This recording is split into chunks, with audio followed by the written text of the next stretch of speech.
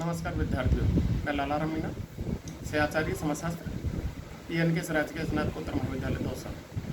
जैसा कि मैं पूर्व में आपको BA part second paper second में जाति व्यवस्था में परिवर्तन वाले कारकों पर चर्चा कर चुका हूँ। उसके बाद में अपन ग्रामीण भारत में जाति व्यवस्था, caste system in village India, इस पर अपन चर्चा करें तो देखिएगा, भारतीय गांव में जाति व्यवस्था संगठन की एक आधारशिला है। वह आज भी एक महान शक्तिशाली संस्था है।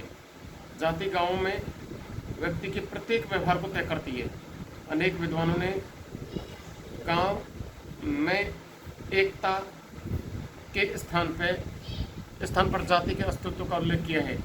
जाति में ग्रामों में विभिन्न पक्षों के साथ संबंधों को हम निम्नलिखित प्रकार से प्रकट कर सकते हैं। जैसे जाति और आर्थिक जीवन। जाति और आर्थिक जीवन में ग्रामीण आर्थिक जीवन जाति पर अत्यधिक प्रभावित करता है। आर्थिक जीवन विभिन्न पक्षों पर जातीय प्रभाव को हम स्पष्ट देख सकते हैं। ये प्रभाव विभिन्न संदर्भों में हम प्रकट कर सकते हैं।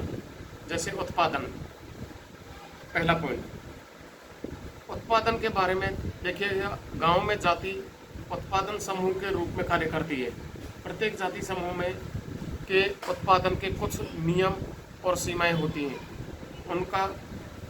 जिनका उन्हें पालन करना होता है। ग्रामीण समाजशास्त्रियों को जाति के उत्पादन के पारंपरिक संबंधों का अध्ययन करना चाहिए। उसके बाद में वर्तमान में आर्थिक एवं राजनीतिक शक्तियां जातियों के परंपरात्मक व्यवसाय और संपत्ति वितरण को समाप्त कर दिया है। उसके बाद में उपभोग। प्रत्येक जाति के उपभोग के कुछ विशिष्ट प्रतिमान होते हैं।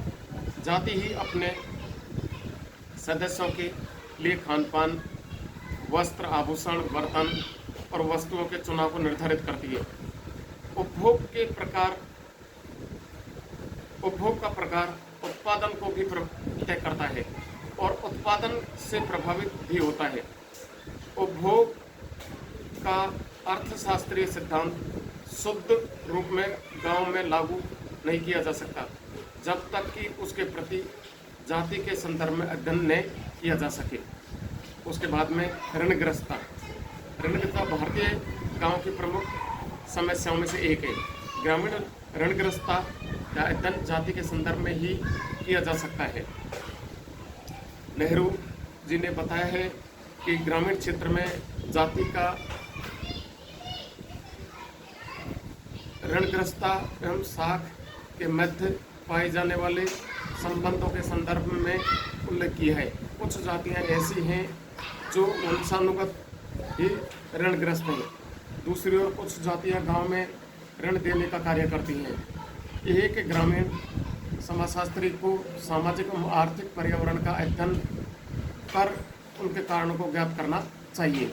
उसके बाद में निवास, अगला पॉइंट। जाति अपने सदस्यों को घर के रूप में रहन सहन की आदतें, निवास क्षेत्र के चुनाव आदि को निर्धारित करती हैं।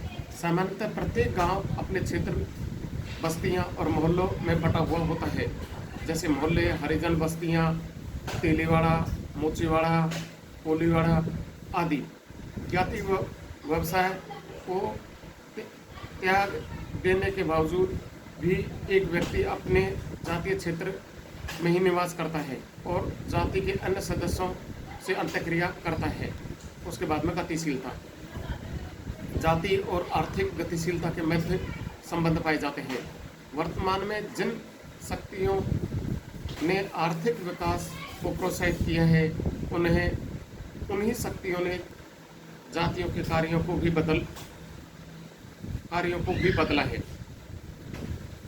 एक जाति अपने परंपरात्मक व्यवसाय को त्याग रही है और उसके स्थान पर एक नवीन व्यवसाय का चयन कर रही है। उसके बाद में है अगला पॉइंट, जाति एवं संयुक्त पारिवारिक जीवन। जातीय से पारिवारिक जीवन ग्रामीण समुदाय में अधिक पाया जाता है। ये दोनों विचारधाराएं निर्धारित करती हैं। ये दोनों संस्थाएं परंपरा एक दूसरे को प्रभावित करती हैं। एक का अध्ययन दूसरे के संदर्भ में किया जाना चाहिए।